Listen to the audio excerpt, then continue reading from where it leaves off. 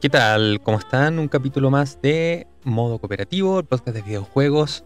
Y hoy en un capítulo especial, el capítulo atemporal, como nos gusta llamarlo a nosotros, para que te pueda acompañar en algún trayecto, en algún momento de paz o de calma en tu casa, bueno, donde quieras.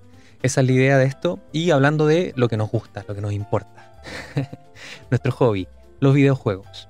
Y bueno, el capítulo de hoy, como bien dice el título que están viendo, va a estar orientado a algo quizá un poco más denso que esa agradable música que suena atrás, que son estas versiones de jazz de Mario, aunque se nota poco que es de Mario, pero créanme, lo es. Y el día de hoy entonces el tema es respecto a estos prejuicios que ha generado durante varias generaciones hasta el día de hoy, los videojuegos y la gente que juega videojuegos. Así que hoy nos adentraremos en este tema que es más profundo, yo creo que es un tema necesario, esta mala fama que han tenido los videojuegos a lo largo de la historia y por qué han sido vistos tantas veces como un pasatiempo dañino, especialmente cuando los juegan niños. ¿Qué hay de cierto en estas ideas? Y lo más importante, ¿cómo podemos ver los videojuegos desde una óptica distinta, como algo capaz de aportar, ¿cierto?, de desarrollar y de conectar?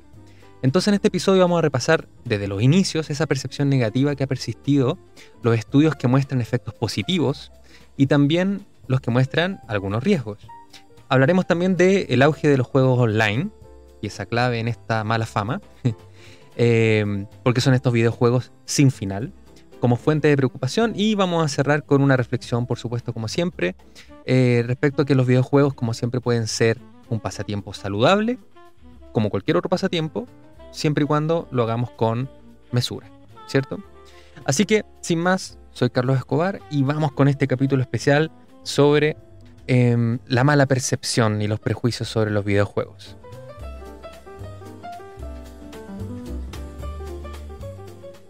Y para esto vamos a partir hablando sobre los orígenes. Vamos a retroceder a los años 70 y principios de los 80 con las máquinas de arcade como Pong, Space Invaders y Pac-Man. Los videojuegos comenzaban entonces ahí su marcha, pero al mismo tiempo comenzaban los primeros cuestionamientos. ¿Esto es solo entretenimiento? ¿Qué hace un niño pasándose horas frente a una pantalla en una recreativa? En los salones recreativos, la imagen se asociaba a la de un joven encerrado, aislado, con controles y monedas. Esa era la imagen que había. En cierta forma, los adultos veían el salón de juego y lo percibían como una desconexión social. En los hogares, la llegada de las consolas caseras planteó que los niños ya no solamente iban al salón de arcade, sino que también en las casas empezaban a aislarse también del mundo. Y luego vinieron los juegos con violencia explícita, como Mortal Kombat ya en 1992, Doom en 1993, que ya elevaron el debate al público, ¿cierto? Pues ahora los videojuegos fomentaban la agresión.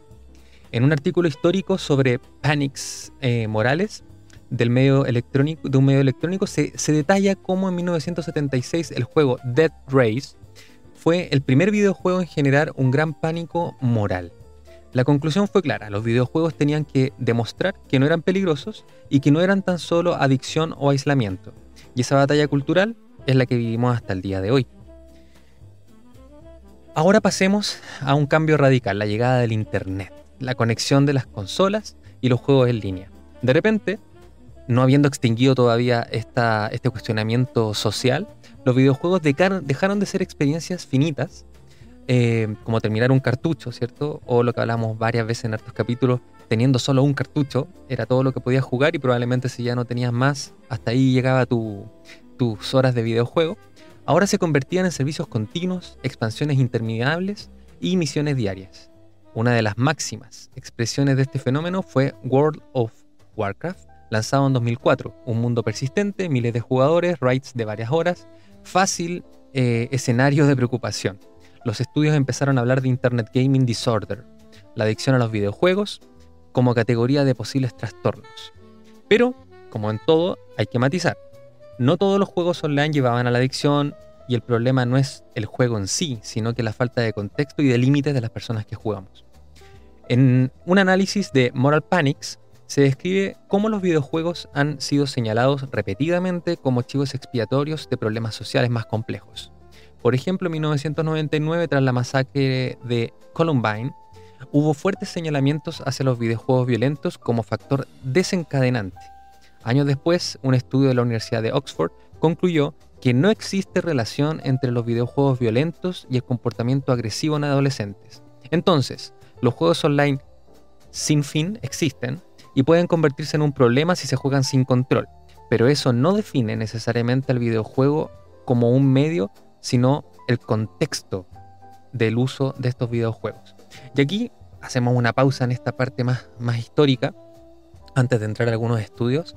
Yo cité acá a WoW, porque creo que fue en aquella época en la que yo además estaba estudiando en la universidad, cuando vi por primera vez las consecuencias y los signos claros de adicción a este tipo de videojuegos por parte de algunos compañeros. Yo me consideraba desde ya hace años un fanático y a veces incluso un vicioso de los videojuegos, porque me gustaba terminármelos de principio a fin, me lo terminaba muchas veces por este tema del acceso a nuevos títulos, y pensaba que eso era vicio, pero yo no dejaba de jugar fútbol, no dejaba de compartir con la familia, no dejaba de estudiar, pero empecé a ver un comportamiento diferente. Las personas, o muchas personas que jugaban a este tipo de títulos, estas primeras juegos sin fin, como muchos de ellos perdieron la carrera, o sea, simplemente perdieron la carrera, no pudieron volver a retomar, perdieron muchos ramos y finalmente tuvieron que dejar la carrera. Otros se cambiaron a carreras de una duración menor, otros incluso, espero que no se sientan aludidos si es que alguien, no creo, pero escucha este capítulo. Algunos incluso fueron retirados de la universidad por un tiempo para que se pusieran en orden y no perdieran la carrera, no fueran expulsados. Y eso fue fuerte. Yo nunca había visto algo así. Y era netamente por esta adicción a los videojuegos. Bueno, que traía un montón de cosas, ¿eh? Más que adicción a los videojuegos, era adicción a un título específico que generaba esta necesidad constante de estar conectado, porque si no estoy conectado, ese mundo sigue avanzando y probablemente yo me voy quedando atrás y no pueda volver a recuperarme. Estos objetivos sin fin, infinitos, ¿cierto? Esta satisfacción, ahora sí, esta satisfacción permanente por logros virtuales, ¿cierto? Que finalmente miles de personas o quizá millones de personas también logran en masa. En una historia, si es que se le puede llamar historia, porque sí había algo de historia atrás, que no termina, ¿verdad? Porque estaban diseñados y están diseñados justamente para eso. Y claro, dependiendo del momento en el que te encuentres, de tu estado mental, psicológico, te podía enganchar de una manera y otra, así como muchos también se engancharon a otro tipo de adicciones, no necesariamente es por el videojuego, sino que era por este tipo de actividades con esta satisfacción, esta adrenalina. Y bueno, fue una época bien oscura. Yo creo que a muchos nos tocó vivir un poco el cuestionamiento por parte de nuestros padres, que veían cómo pasaba esto en otras familias y se empezó a demonizar un poco el tema de los videojuegos, sobre todo cuando eran en línea con conexión a internet, este internet incipiente de principios de los 2000. Se hizo más latente. No querían muchos padres que los hijos estuviesen conectados jugando en línea por esta sensación de que se iban a perder en este mundo de WoW, que además era el mundo de Warcraft. O sea, dejamos esas dinámicas de un Warcraft que era como el que jugaba yo, al menos el Warcraft 1 y 2, ¿cierto? Que eran las partidas que tú jugabas ahí en modo local. A veces jugarías alguna con otra persona, pero una dinámica completamente distinta a lo que traía este mundo. Se empezó a hablar de estos mundos virtuales donde poco menos que la gente se perdía. Pero también conocí otros casos de personas que armaron comunidades maravillosas, algunos incluso se casaron, y entablaron amistades que siguen hasta hoy y no juegan tampoco el juego. Todo, como todo en la vida, depende mucho del contexto, depende hasta qué nivel eres capaz de llegar y también el apoyo que recibes de parte de la familia y qué tan sólidos son esas bases en las cuales te criaron. Pero bueno, ahora quisiera entender algunos datos más concretos que deberían tender a desmontar estos mitos y también muestran riesgos reales. Los efectos negativos documentados. En algunos estudios se ha observado correlación entre el uso excesivo de videojuegos y problemas del sueño, rendimiento escolar, aislamiento, especialmente en jóvenes vulnerables. Evidente. Por ejemplo, la OMS incluyó trastornos por juego como condición a investigar, aunque con gran controversia, y no ha sido concluyente.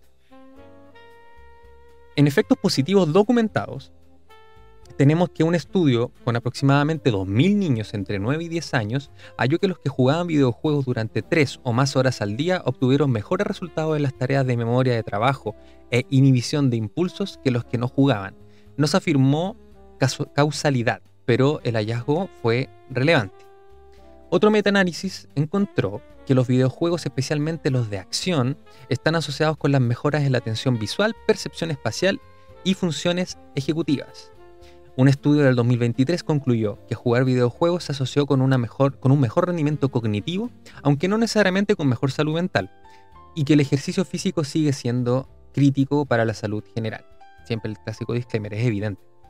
Lo que estos estudios entonces nos muestran es que jugar videojuegos puede tener beneficios cognitivos reales, pero tampoco es una licencia para volverse loco jugando sin límites, porque como todo en la vida, en exceso es dañino. No existe, creo que nada, excepto el amor, que en exceso podría ser positivo. O la familia, ¿cierto? Pero hablando en términos de entretenimiento, que es un poco lo que hemos tratado también en redes sociales, hablar harto durante el último tiempo. Y es esto de que los videojuegos son entretención, son pasatiempo. Hay gente que sí se dedica, así como hay gente que se dedica profesionalmente al fútbol. No quiere decir que yo cuando juegue los días domingos con mis amigos o salga a jugar un partido de tenis semanal o cada cierto tiempo, yo voy a tener que jugarme la vida como si fuese un profesional, porque probablemente vas a dejar de disfrutarlo. Lo mismo pasa con los videojuegos. Y ahora, con el tema de las adicciones, efectivamente hay cosas que te pueden hacer muy bien, pero en exceso te pueden provocar una adicción u otro tipo de daño, ¿cierto? Y por supuesto, como dice al final estos estudios de la OMS, si bien encontramos beneficios en este juego razonable, 2 horas máximo, 3 horas al día, y no todos los días, ¿cierto?, de jugar videojuegos, no va a reemplazar jamás una actividad física real, sobre todo al aire libre. Eso es evidente. Ahora yo quería citar esto un poco con las sensaciones que me da a mí, porque yo en lo personal, con los videojuegos aprendí inglés, porque como ustedes saben, en los años 80, fines de los 80 por si acaso, y 90, ningún título venía traducido al español, por lo tanto tenías que ver cómo te las arreglabas con tu nivel de inglés para entender los videojuegos, y sobre todo los que empezamos a disfrutar y a maravillarnos con los juegos de rol, era muy, pero muy necesario saber inglés, o al menos entender un poco de lo que se trataba. Algunos incluso llegaron a aprender algo de japonés por esos títulos que jamás llegaron traducidos al inglés siquiera. Y no me van a decir que eso no es positivo. Lo otro es los juegos de estrategia. Si bien suenan así, juegos de estrategia, no son mucho más livianos que una partida de ajedrez. Incluso me atrevería a decir que hay juegos de estrategia que podrían llegar a ser mucho más complejos que un juego de ajedrez, pues a la parte estratégica como tal, ¿cierto? Esta capacidad de pensar en varios movimientos más adelante y cosas en paralelo, también se agrega una cierta necesidad de un mínimo de motricidad, memoria y un montón de otras habilidades también que te mantienen bastante activo. Yo, en lo personal, creo que los videojuegos, en el caso, por ejemplo, de mi hija, ya que yo soy padre, yo veo que, sobre todo cuando entró en el mundo de los videojuegos, que entró lentamente en juegos que eran mucho más de actividades motrices, sí fue un aporte. Al día de hoy ella sigue jugando videojuegos, quizá menos que antes, o sea, no se provocó una adicción a los videojuegos de ninguna manera, y en un principio sobre todo vi cómo rápidamente intentó aprender a leer, porque quería entender lo que pasaba en los videojuegos y aprendió a leer muy muy temprano. Y en gran parte lo relaciono con eso. Evidentemente también hay un tema de padre, ¿cierto? De rodearla siempre de libros, siempre de tener acceso a la lectura, pero en los videojuegos se generó esta necesidad de entender qué pasaba, no solamente mover el monito y que salte y que mate, no era ese el objetivo. Y por supuesto tampoco le va a pasar un videojuego de violencia extrema, de shooters o de guerras, ya sean espaciales o guerras históricas, ¿cierto? O un juego de terror o muy crudo a un niño que no está preparado para esa edad. Además que los juegos tienen una calificación de edad. Así que en realidad, a mí, en lo personal, tengo una vida plena, tengo una hermosa carrera, un trabajo, gracias a Dios, estable, una familia maravillosa y todo con los videojuegos rodeándome, y todos entienden que yo soy un fan de los videojuegos y no me hizo ningún daño porque tampoco exageré. Sí, uno pasa momentos en la vida en los que quizás exagera un poquito la cantidad de horas, pero bueno, así es. Bueno, ahora quisiera ver en particular, detenerme en el lado bueno. Muchas veces se ignora, ¿cierto?, que los videojuegos pueden ser un pasatiempo muy legítimo, como ya decía antes, equivalente a la lectura, al deporte, la música. ¿Y por qué? Porque mejoran la coordinación ojo-mano, como lo haría un deporte, la atención, resolución rápida de problemas. Esta parte es súper importante. La gente que suele jugar videojuegos es muy, pero muy rápida para pensar, muy rápido. Permiten una narrativa interactiva, ¿cierto? Uno no solamente se limita a mirar o leer la historia, sino que también la vives y puedes tomar decisiones. Fomentan la socialización online o local cuando juega un modo cooperativo, como nuestro podcast, la competición y el compartir logros con otros. Son inclusivos porque las personas con movilidad reducida, y esto es súper bonito, yo también conozco casos, personas con movilidad reducida pueden a través de este videojuego llegar a lugares donde quizás nunca soñaron ni podrían soñar llegar a través de un personaje, ¿cierto? Y pueden participar. Un estudio incluso mostró beneficios cognitivos en personas mayores que jugaban juegos de estrategia. También lo vimos, ¿cierto? Y acá en Chile también se ve, y yo sé que en varias partes del mundo también, que todavía se juega con Nintendo Wii en estos hogares de ancianos o lugares de personas que se están recuperando, juegan con Nintendo Wii. Eso yo sé que es un caso aparte, pero para que vean el nivel de impacto positivo que pueden tener los videojuegos cuando se usan como corresponde, como todo, insisto. Bueno, y el futuro, ¿qué se nos viene? Los videojuegos, sin duda, espero que quede así claro, y ojalá que este capítulo lo puedan compartir con personas que sientan esta animadversión contra los videojuegos, esta duda si es que son positivos, es que los videojuegos en realidad no son enemigos de ninguna manera, pero pueden fallar, ¿cierto? Pueden hacernos mal si es que los tratamos sin contexto. Y en la era del videojuego como servicio, de actualizaciones constantes y modelos de negocios diseñados para retener a los jugadores, los juegos online sin fin, sin una meta clara, presentan un mayor riesgo porque no hay final. Y la lógica es seguir jugando por la eternidad. El truco está en la moderación, en los límites, en la autorregulación. El problema no es el medio, es el uso sin pausa y sin una vida alrededor sólida, ¿cierto? Por lo tanto, en mi conclusión, y que ya creo que la he estado dejando clara en los intermedios, ¿cierto?, es que no hay que dejar que el miedo defina nuestra relación con los videojuegos. Hay que verlo como un pasatiempo válido, legítimo, estimulante, y tratarlo con la misma cortesía y respeto con la que se trata el deporte, la lectura o el cine o cualquier otro pasatiempo que no involucre apuestas. Voy a hacer una pausa en esto. Por ejemplo, el fútbol. El fútbol, sin duda, practicar fútbol es algo positivo, ¿cierto?